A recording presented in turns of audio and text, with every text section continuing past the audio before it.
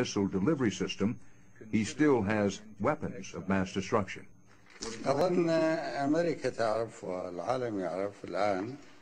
I think America and the world also knows that Iraq no longer has the weapons.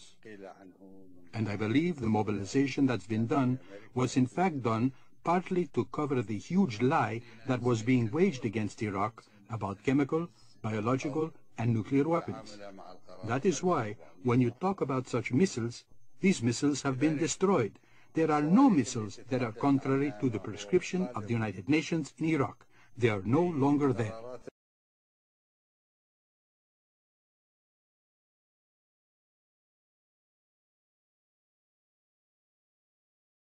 New developments concerning Iran's nuclear program. President Mahmoud Ahmadinejad ordering his country's Atomic Energy Agency to boost its uranium enrichment program today.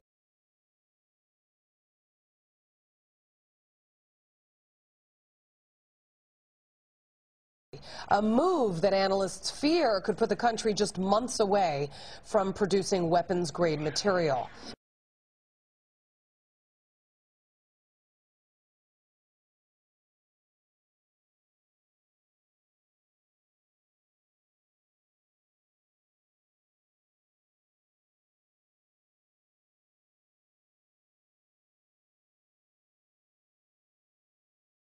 Meanwhile, U.S. Defense Secretary Robert Gates urging other countries to take a stand.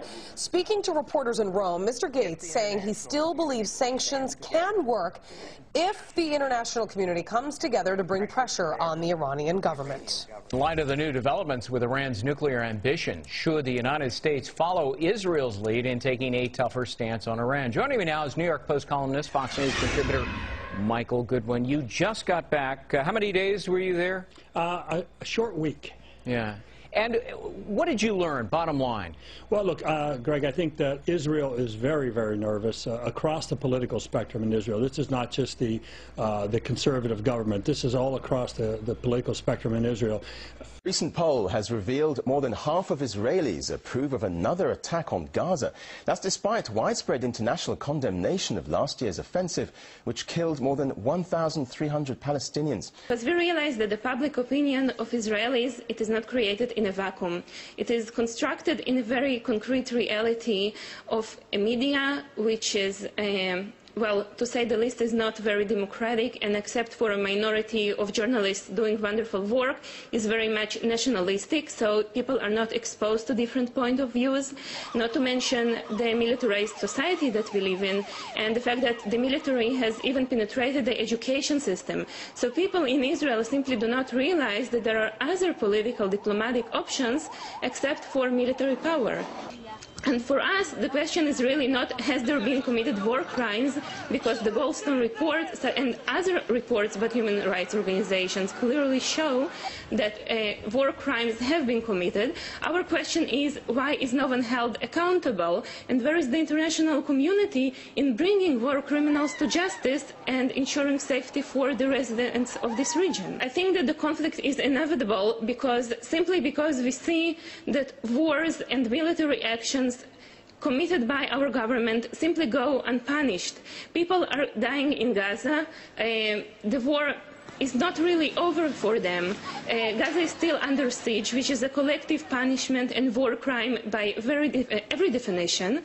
And as long as Israel does not take on, or shall we say, is not pressured by the international community to take on other steps and search for other ways to solve its problems, of course there will be another war, and we are not surprised. The only way to prevent it is to ensure that the international justice mechanisms will start functioning and not discriminating Israel in Israelis by allowing our government and the military officials of Israel to sort of enjoy this exclusion from the international justice system.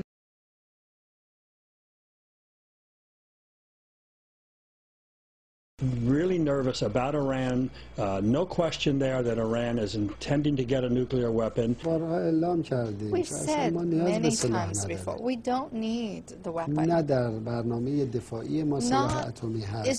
It's not enshrined in our defense doctrine, nuclear defense.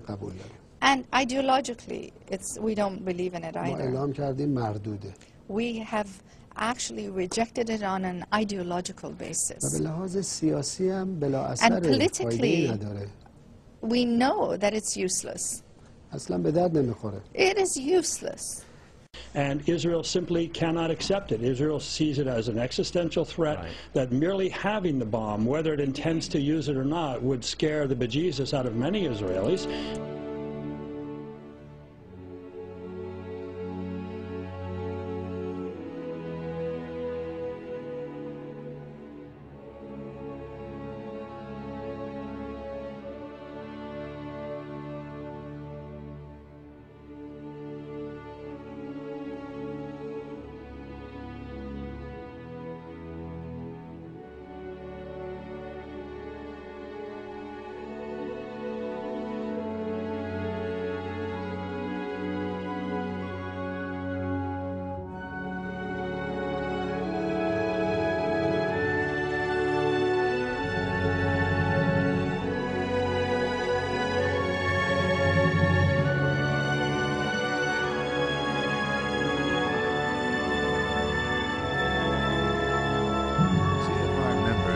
America's wealthiest tycoons, as well as the highly placed elite in government, academic institutions, tax-exempt foundations, and the establishment media.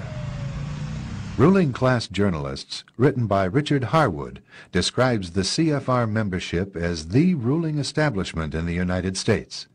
The Washington Post article boasted that news reporters who are CFR members do not merely analyze and interpret foreign policy for the United States, they help make it.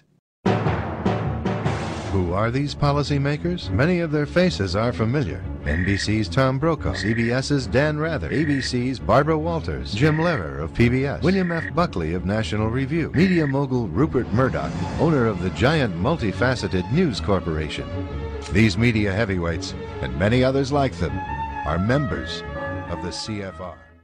In fact, that's what they're facing now. So there is a real concern that the United States is not going to do anything about it, and Israel may have to. Well, and what caught my attention when I read your column, as I always do, you quoted a top Israeli political insider that if international efforts fail to stop Iran from enriching uranium, Israel will be forced to use not only conventional weapons to take out Iran's atomic sites, but tactical, nuclear weapons as well. How reliable was that source? Well, very reliable, very knowledgeable, very well connected. That is the nightmare scenario. That's not something that anyone there hopes will happen or wants to happen.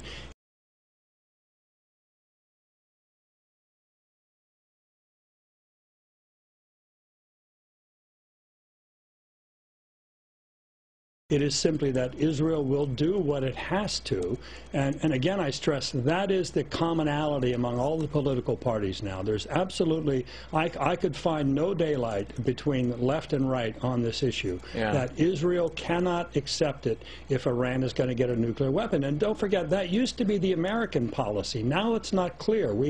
President Obama has spent a year engaging, as Hillary Clinton said in that clip.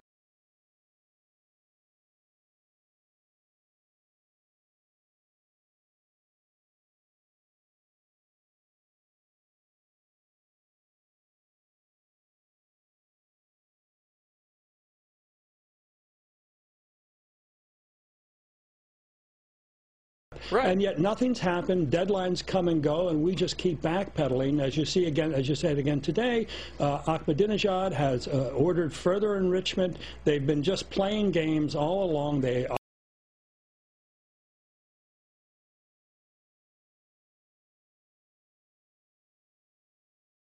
obviously have no intention of acceding to international demands, and so it does seem we're on a collision course. The only question is who's going to represent the West? Is it going to be America and the others, or is it going to be Israel alone? You know, it was just 2 days ago, Iran's foreign minister said, oh, we'll do a deal now. Right. It's all just about done. We're going to export to the West our uranium for enrichment, and then it'll come back in isotope form for medical research and peaceful purposes.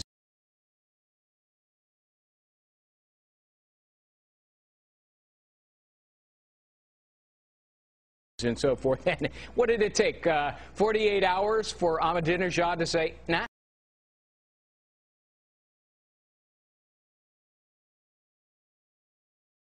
There ain't a deal, and in fact, we're going to start enriching up to 20%. That's about the third time that game has been played, and you would think we'd get a little tired of it now. But they keep playing the game, and we're buying it less and less. But they keep buying themselves time, and so it really is a sense that the war drums are beating throughout the Mideast, and Iran would love to get Israel in a war with somebody else, so Iran could sort of not get hit itself. But Michael, I think that's what's going on.